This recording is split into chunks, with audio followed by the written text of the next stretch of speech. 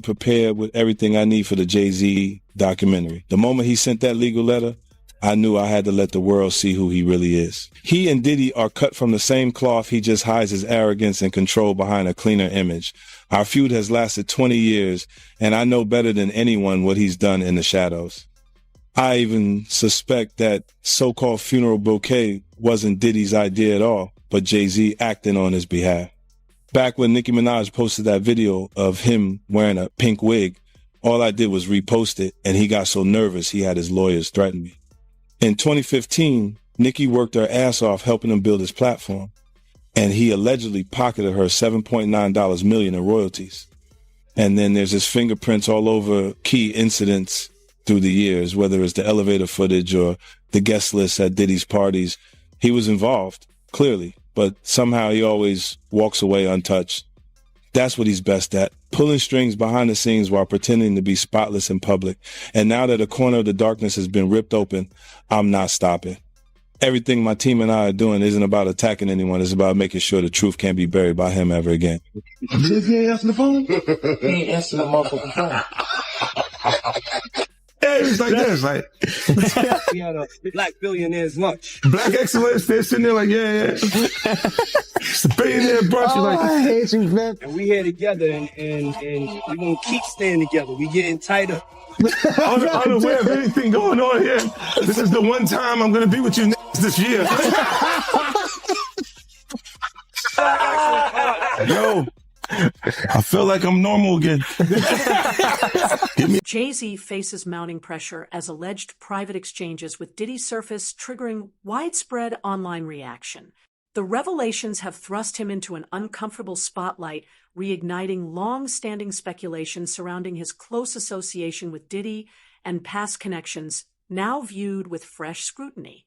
As these alleged messages circulate, publicly dormant claims are resurfacing. Perceptions are rapidly shifting, and the growing momentum is fueling a storm that threatens to challenge Jay-Z's reputation, influence, and the carefully built legacy he has maintained throughout his decades-long career. Aided and abetted, or was directly involved. It's about to get real tense, and there's a lot of girls and boys who are still... 50 Cent was deliberate about never embedding himself within Diddy's inner circle, stating that certain invitations and atmospheres immediately raised red flags, prompting him to distance himself early. That conscious decision, he explains, is precisely what allows him to speak openly today. When allegations eventually surfaced, 50 maintained he discovered them the same way the public did, through media coverage. While acknowledging the gravity of the reports, he made clear that the revelations were less of a shock and more of a confirmation of concerns he had recognized long ago. Jay-Z is worse than Diddy. She explained how Jay-Z has done worse things than what Diddy did to Cassie to other females. And she said that she has the scars to prove it. She alleged that at one time Jay-Z attacked her and got it on film like Diddy did.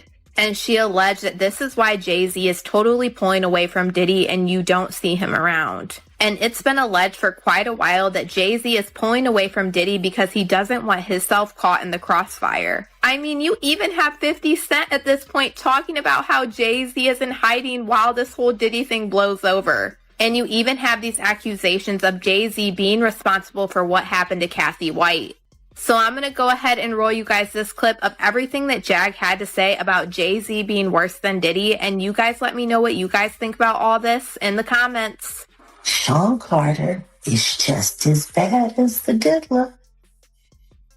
And I know that for a fact. I got the scars to prove it. You want to know what a box cutter feels like going into your skin and ripping you? I can tell you how it feels.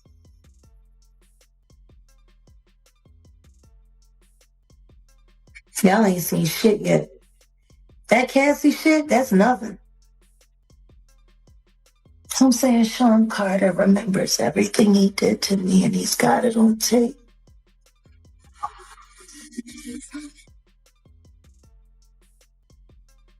Just like Diddy.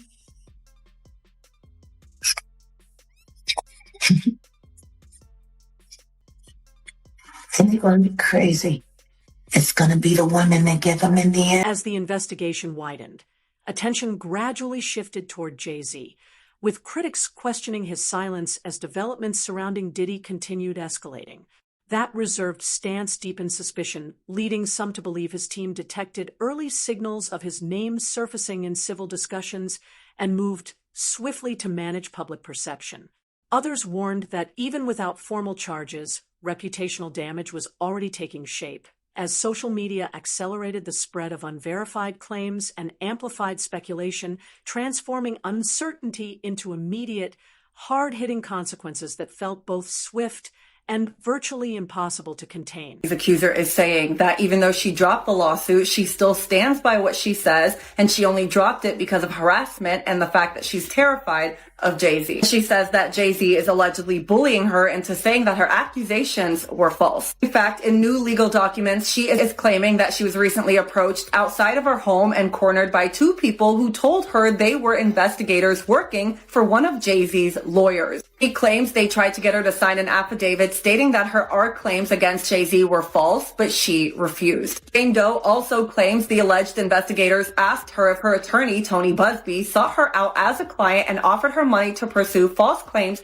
against Jay-Z, two allegations she says she denied. He says this alleged confrontation left her intimidated and terrified, wondering how they found her when her identity had remained anonymous in media reports and legal proceedings. He also claims that her parents were approached by two investigators asking similar questions about Busby and her R story. In the new documents, she reveals she decided to drop the claim because she was frightened by the reaction from Jay-Z and his supporters. Industry insiders warned that a single criminal probe can destabilize far more than one individual, extending risk to anyone perceived as part of his immediate orbit, which is precisely why many believe 50's documentary carries genuine significance. Rather than targeting one figure, it seeks to expose how power operates behind closed doors, who may have been aware of ongoing misconduct, and how accountability can ripple outward once serious scrutiny takes hold. Analysts have long questioned how Diddy remained protected for so long, with many pointing to strategic alliances and deliberate control over public narratives, while rumors quietly circulated beneath the surface. Adding further tension, reports emerged suggesting he may be cooperating with authorities to strengthen his legal position, a development that, according to unverified claims, could involve disclosing information about others within his circle, intensifying unease, and dramatically raising stakes across the entire industry. But the only thing I'm interested in him talking about is everything he knows about Kathy Coriana White. See, I know you know what happened to Corey. Diddy? I know that. You and Jay-Z. Down in Vegas at Tao with Claudia. Why don't you just talk about Kathy? That might help. That might help a lot. Kathy Coriana White, Jay-Z's pregnant mistress, who died 24 hours after she announced that she was going public with their relationship and the baby. While he was married to Beyonce.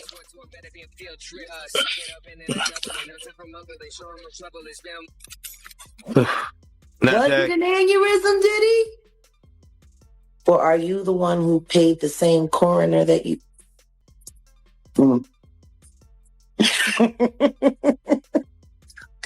Now that the documentary has officially dropped, one truth remains undeniable. This is not a backward-looking story. It is actively shaping everything that follows. Each new revelation tightens focus on those who maintain silence, and Jay-Z finds himself increasingly drawn into the center of that intensifying glare. The scrutiny carries real weight because his history with Diddy spans decades, making claims of distance difficult for critics to accept at face value. Tensions escalated further when Gene Deal publicly challenged statements from Jay-Z's legal team that downplayed their closeness, arguing the emerging narrative directly contradicted what many insiders had long witnessed firsthand.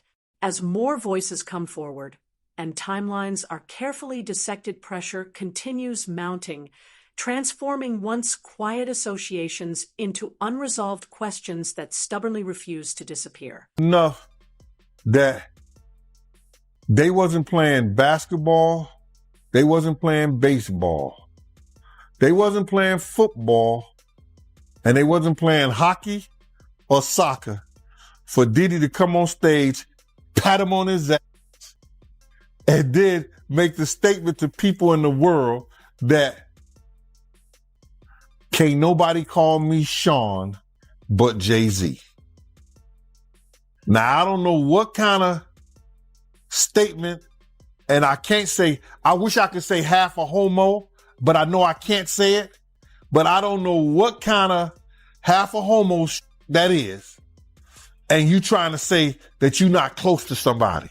You coming on stage, patting them on their ass, and then you making a broad statement to the public, can't nobody call me Sean but Sean Carter. And I heard Jay-Z said the same thing about them. But they were so close that they had matching white girls together. Because when they used to see each other, they used to say, yo, how your skinny white girl doing? He'd be like, yo, how your skinny white girl doing? So I guess that's a certain type of closeness. I ain't know anything about that, man. I ain't know about, Jay touching his, ass. I got to go see the video. I ain't hear about that. Come on, man. Everybody's seen that. 50 even pointed it out. Excuse me. When they was in ATL on stage. Remember when 50 bum rushed the stage with them? Yeah, I think I recall that. When Puff came on stage, first thing he did was pat Jay-Z on that. But I forgot. That's your favorite rapper. Hey, him and Pockets 1A, 1B. But what's your issue with Jay, man? I didn't know you had an issue with him. Because they on a whole nother atmosphere. You know what I'm saying? A lot of shit that he did, you got to understand, like now he'll say that they're kids because he's raising kids of his own. You understand? But how would you like it that if Blue Ivory, 15, 16 years old, 17, 18 years old, dating in his early 30s? You're not going to go for that. No matter what she came through in Hollywood. But you got to understand, guys who was around there, we didn't know Jay-Z them ages. We didn't know these cats' age. You know what I'm saying? They wasn't having no beards and nothing like that. They was wearing low cuts. You understand? Clean face. I would have never believed when Jay was coming around the block, scooping up the young girls and stuff like that he was 30 years old. If they 17, 18, 16 years old and they 22, you thinking they 22, 23, something like that, 24 years old? They mom and them need to check them. They daddy and them need to check them. But that's not that far off. But for somebody to be 30 years old in their 30s and they dealing with kids 16 years old, 17, 18 years, now that's a problem. That's an issue. And now he see that because he's raising kids. And he got a young daughter. I think he got another daughter that he didn't claim and now he claiming them. These cats was doing a whole lot of stuff that people in the industry won't speak on. And then now that you're speaking on it and it's becoming where is that you can get on YouTube and you could talk about this and say what you seen or say what you heard, you understand, or what you know. Some people look at it being a problem. From Gene Deal's perspective, the comfort and familiarity between Jay-Z and Diddy revealed far more than words ever could. He pointed to a moment during an Atlanta show where Diddy invited Jay-Z on stage, and the effortless chemistry between them was impossible for those present to ignore. A clip that later resurfaced when 50 Cent highlighted it, keeping it actively circulating across online platforms. When questioned about any personal resentment toward Jay-Z, Deal shut that notion down entirely, clarifying it had nothing to do with loyalty or personal bias. Instead, he recalled a past clash that once carried genuine tension, only for Jay-Z to apparently brush it aside shortly after. A pattern Deal described as characteristic among those occupying the highest levels of power. Figures who move through intense confrontations, ignite friction, and continue forward completely untouched, operating within a rarefied space far removed from ordinary consequences.